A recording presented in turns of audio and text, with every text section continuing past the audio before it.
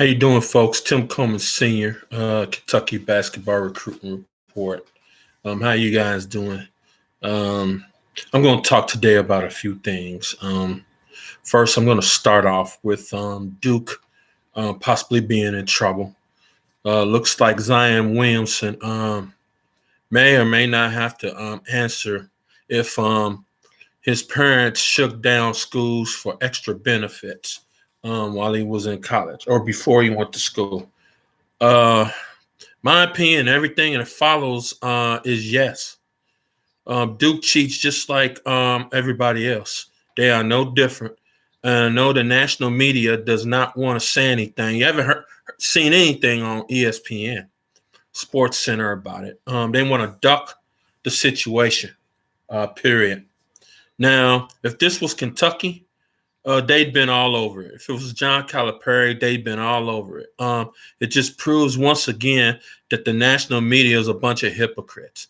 Dick Vitale has said nothing about it. You haven't heard much, but from most of the media members on Twitter or people like me who have known for years that Duke is dirty. It's probably the dirtiest school in the NCAA, but the NCAA wants to do the guided tour anytime Duke is involved in any of this. You look at Corey Maggetti's situation. They played an ineligible player since 1999.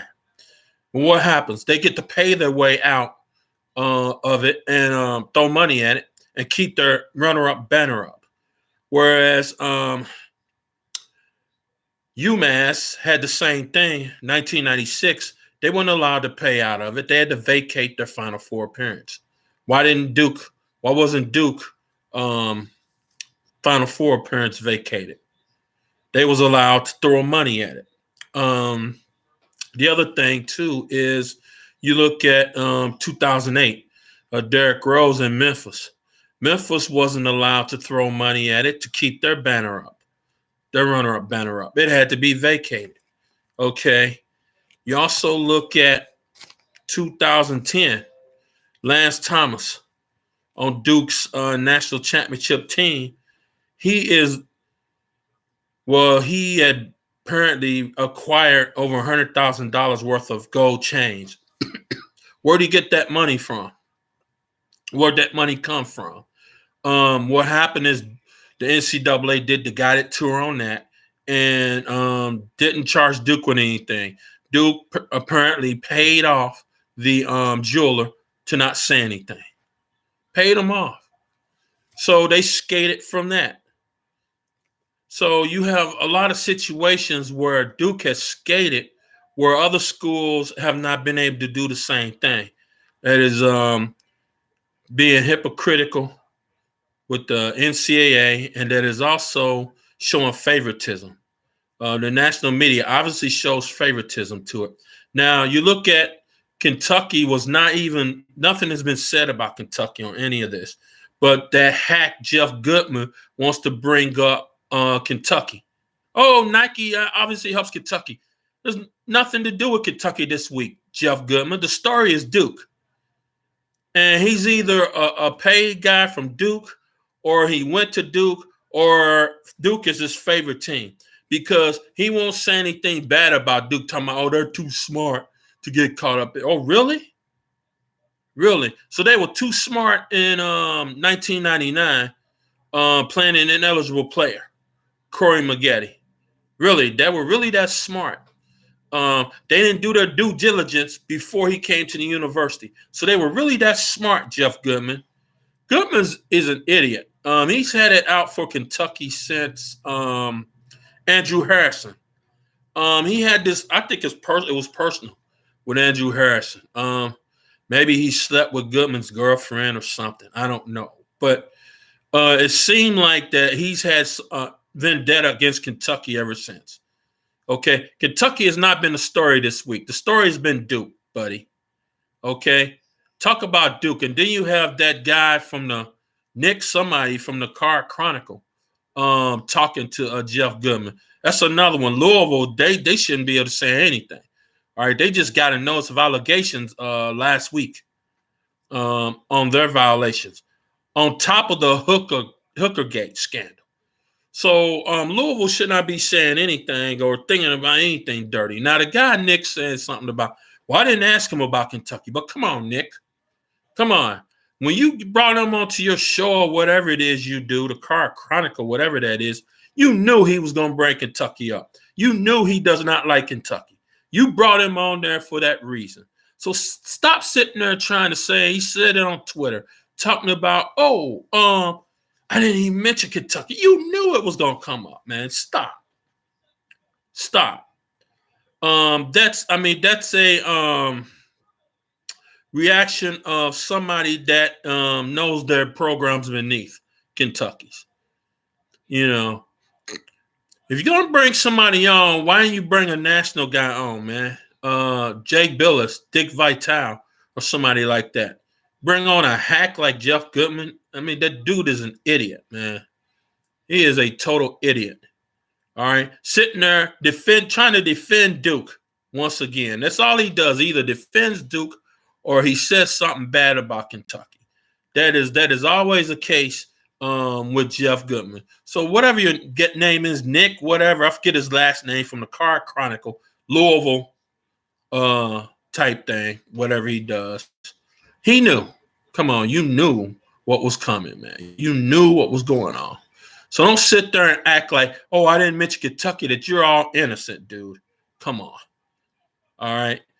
Then, Goodman tried to cover by bringing up Oregon. What does Oregon have to do with any of this? All right. This was about Zion Williamson and his parents shaking down schools to pay extra benefits for him to come to their school. And then you have stupid people have no common sense, that the stepdad shook down Kansas. You think he didn't shake down the other schools? Okay, you didn't think he shook down Duke or Clemson? How you think he got to Duke? Duke wasn't even amongst his favorites, man, at all on his list. All right? Nobody knew it was a shocker till he announced. When he announced it was Duke, everybody knew. People were saying, oh, he got paid. That was the first thing I said, that he had got paid. So, I mean, I was at a basketball game looking on my phone at his announcement. I was like, oh, he's going to Duke? What? Oh, okay, we know what happened. That money bag dropped the night before. We know that happened. Come on, man. You got to follow the common sense. They're living in a almost $1 million mansion while he's at Duke. Come on, man. I mean, Duke didn't even hide it. They ain't even hide it. So, Duke is dirty. Like I said, they're probably the dirtiest program out there. Then you also have Goodman defending Duke. And then you have Dick Vitale and Mike DeCourcy of Sporting News not saying a thing about it. Not saying anything about it. I think some other Sporting News writer wrote something about the Duke's Zion situation. DeCourcy's another Duke guy. He's scared to write anything bad about Coach K or write anything bad about Duke. I mean, I know he's going to say, well, the Sporting News decides who writes these articles. That's going to be his excuse for that. But, dude, come on. You write about everything else about college basketball. You should have wrote the article about Duke. All right? You scared to write anything bad about Coach K. Just admit it, man. And I go after him on Twitter a lot, all the time. DeCourcy's a good writer. So, he's a good writer. He's been doing it for years. So, I'm not going to say he's a hack because he's not. All right. But the thing about DeCourcy is that he seems like he's on the NCAA's payroll and that he has a love affair with Duke. Seems like most of the national media has a love affair with Duke. So they're not going to say anything about this scandal going on. And people with common sense knew that, Zion was getting paid to go to Duke. It's common sense, man. Come on, man. So, but I would use alleged. All right. It is alleged, but come on. Common sense, man. Come on. So, all All right, I'm going to move on to this Matt Painter at Purdue and whatever he said this morning on Dan Dockage's show. I didn't listen to exactly what he said. I just looked at some of the quotes. It's like, come on, Matt Painter. All right, you don't say a guy's got a degree from Purdue and he leaves that he's not a Purdue person for life. Stop. He has a degree from Purdue. He's tied to that school for life, man. Stop. Just because you're upset that those guys left your school as transfers, that now, they're not Purdue material, but you accept transfers in, Coach Painter. You accept transfers into your school, all right? But you get mad when transfers leave. That's another hypocrite. That's hypocritical, man. All right, and just not much bothers me in this life, man. But that one does when people come out being hypocrites. All right, you can't be a hypocrite, in my book and have my respect, But no, I mean, I'm some Kentucky fan to them or whatever. They probably don't care. And that's fine. All right, you don't have to care. But you should care about your own integrity as a person. All right, how you represent yourself as a person. You should care about that. And the way you're representing yourself is a hypocrite. You get upset. Oh, Harms got beat out by Williams. Okay, so he got beat out by Williams, Matt Painter. So he's going to want to come back to that situation, okay, and battle again. Yeah, about 20, 30 years ago, the kids would have. All right, this is a different generation. All right, kids have more opportunities, and they're going to look elsewhere for playing time. All right, Harms thinks he can go to BYU, okay, and show his talent to the NBA scouts and get drafted. It may or may not work out. All right, but it seems like he's going to get playing time at BYU that he would not have gotten at Purdue. So why stay, Matt Painter? Why should he stay? All right. Nojel Eastern, I know the kid. Went to Evanston High School. He was an all-state player here at Evanston High School Township. And, I mean, he played 3 years there. He decided he wants to try something else. All right. I don't know how much time he was going to play. He lost his starting position, apparently. I think he got it back at the end of the year. But he wants to go try something else. All right. What is wrong with that? All right. What is wrong with that? All right. Like I said, you're being a hypocrite. You're taking transfers in, no problem. But, kids transfer out. Now you want to throw them under the bus. I mean, that is just ridiculous, man. All right. Maybe Nojel feels you didn't bring out his potential enough. Maybe he wants to go somewhere else for his last year and see what he can do. To show his talent for NBA scouts. What? Maybe that's what he wants to do. All right.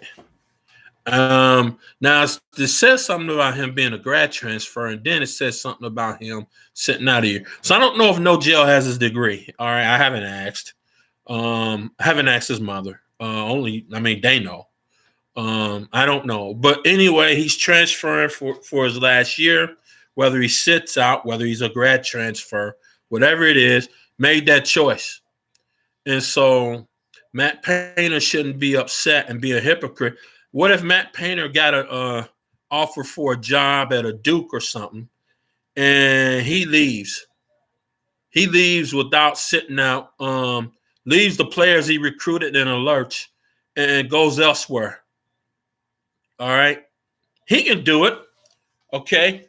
And, he doesn't want to be questioned about it. And so, if he could do it, why can't the players do it? All right. Coaches, you do it all the time. Don't get mad at the player because he decides he don't want to stay in your program. All right.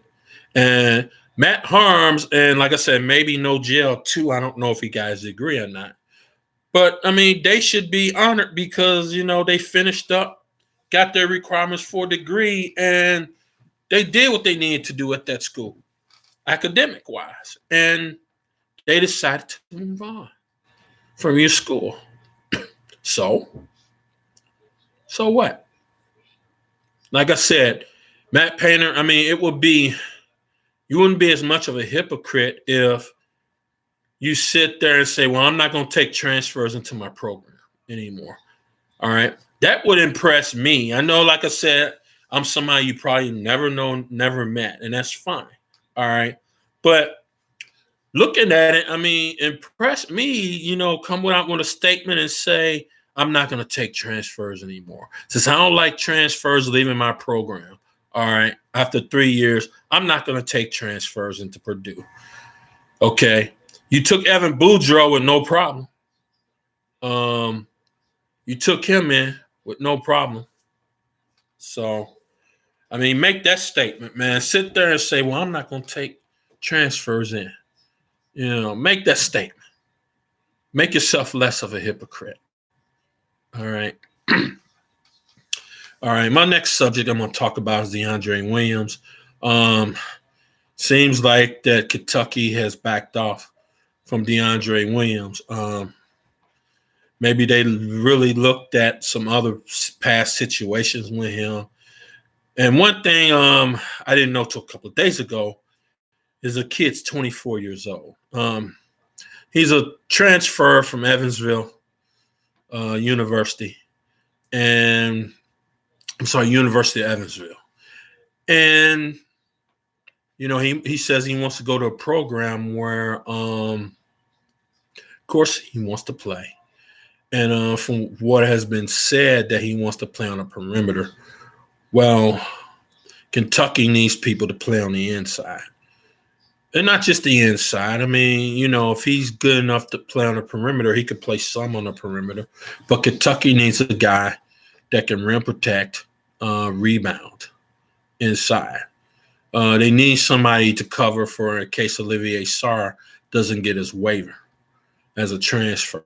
So it's looking like that Kentucky has moved on. Maybe it's a mutual thing that DeAndre Williams has moved on also.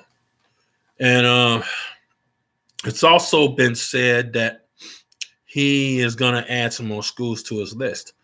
And if he wants to do that, that's fine. He has time. He's not on a bad timetable right now, especially with the COVID-19. I mean, he can take his time and do whatever he wants to do and pick whatever school he wants.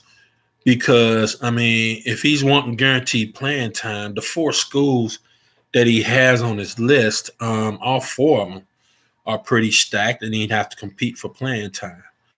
If he doesn't want to compete for playing time, maybe he should go to another mid-major school or go to a high major that may not be as stacked, and he'll have some guaranteed playing time.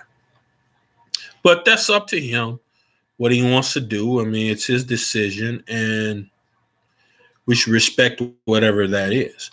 But just keep in mind, he comes to Kentucky. If he wants to try to play on the perimeter, he's going to have a lot of competition there. I mean, you have, and I'm not talking about point guards, but you have B.J. Boston, you have Terrence Clark, you have Cameron Fletcher, you have Dante Allen. All 4 of those guys are wing players. And actually, Keon Brooks Jr. is actually a wing player, but may have to play some 4. But he's a true wing player. So that's 5 guys that you'll have to deal with competition for playing time at the wing spots and the perimeter spots. So, I mean, I'm hoping he knew that before he cut his list to 4 schools. But, maybe that's what happened this weekend. They broke the rosters down and said, wait a minute, we might look at some other options. Or we might pick one of the schools on the list because before the weekend started, I was told it was 90% Kentucky. So, but that's changed now. It's looking like it's 0%. So sometimes that happens, the family gets together and they go through the pros and cons and they figure, well, maybe I don't want to go to this school. So, but that's what's going around. I've not heard from my source anything. So Maybe he may have, sent me a tweet since I've gotten on this broadcast. So, but as of this broadcast, I haven't heard much in that area. But it's what's going out, and if that's the case, then blessings to the young man, and so be it. And he'll pick the school that he wants to pick. So, gotta respect that. Where Kentucky goes from here, people are talking about McCurry Maker. I still think he's going to go professional. I don't think he's going to play college basketball. Right now, it's looking like the NBA draft, looking like he's going to be undrafted. So that's not a real avenue right now. And like his guardian said, they can't work out right now for the scouts because of COVID-19. And everything's been pushed back. So the deadline's been pushed back, I think, to August. So it's going to be a while, but I still think he is going to play pro ball. Now, he has said that he's not going to go the G League route, okay? I know people are saying, okay, if he's not going to go the NBA draft, if he's not going to go the G League route, what is he going to do? We have to remember his family lives in Australia. And so since his family lives in Australia, he could go over there for a year, reunite with his family and play in the NBL over there in Australia, the Australian League. So I think that's where he's going to end up going. If he goes to college, they're saying Kentucky or UCLA, but I don't think he's going to go to college. That's my opinion on it. I think he's going to end up balling professionally. It just seems like from what the mentor has said, I know they're trying to keep college, on the table, and that's fine. And he's saying the NCAA eligibility that the kid won't have any problems being eligible. That's what he said. I had heard something different, but I'll go by what the Guardian is saying, that he's fine NCAA eligibility-wise. But I think their mindset all along is pro, okay? And if your mindset has been pro all of this time, it's real tough to get a mindset to go college and be an amateur, okay, and not get paid, go study, and be under the NCAA's thumb. So I don't know. I think that's going to be hard to turn a kid's mentality around like that. So I'm still saying until proven otherwise. Like I read something about Aaron Torres saying, until he's on campus practicing, he won't believe that he's going to college. I'm of that same ilk and that same opinion, man. I'm with him as far as that. Until he's on a campus and he's actually practicing or working out with the team and enrolled in a school, I'm still saying it's pro. Like I said, once you get that pro mentality in your head, it's hard to go back on it, especially with an 18, 19-year-old kid. So, I mean, I guess it's just like E.J. Montgomery, man. He had that pro mindset and he wasn't going to go back to college. So, one last thing here. Khalil Whitney signed with an agent. So it is done. He's not going back to college anywhere. He's deep into this pro stuff. And I still think he has a shot at eventually playing in the NBA. It might take a while longer than expected, but I still think that he has that shot of playing in the NBA at some point. So blessings to all the kids, whatever decisions they're making. And just respect whatever decisions they're making. So just like, respecting Olivier Sarr for picking Kentucky And respect DeAndre Williams if he picks somewhere else to go, which is what it's looking like right now. One last thing. I see Chris Fisher made a crystal ball pick of Kentucky for Paolo Banchero. I do think we have a good chance, but it's going to be tough getting him out of Washington. I know he says he'll go anywhere, but it's going to be tough getting him out of Seattle. So I'm still thinking Washington right now, but I think Kentucky has a shot. He's not like Jaden McDaniels was. His personality, he could deal with the scrutiny that goes on kids at Kentucky. He's not one of them quiet kids like McDaniels was. So that's why I always said he was going to stay on the West Coast. So that was always my opinion, and he ended up staying on the West Coast and going to Washington. And right now, I'm still picking Washington for Banchero. So we'll see what happens with that, but that's still my pick for now. Sorry. Could change as information comes in. Okay. Things change quickly in recruiting. So, but right now, as of this recording, I'm still picking Banchero for Washington. And I'm also picking Makura Maker Professional Pro Ball. That's my prediction on that one right now. Like I said, until I see him on a campus somewhere, enrolled in classes, working out, practicing with the team, I think he's pro. It's just hard to change that mentality when a kid's been thinking professional all this time. So, all right. Everybody take care. Be safe. God bless. Peace to the creatures. Big Blue Nation.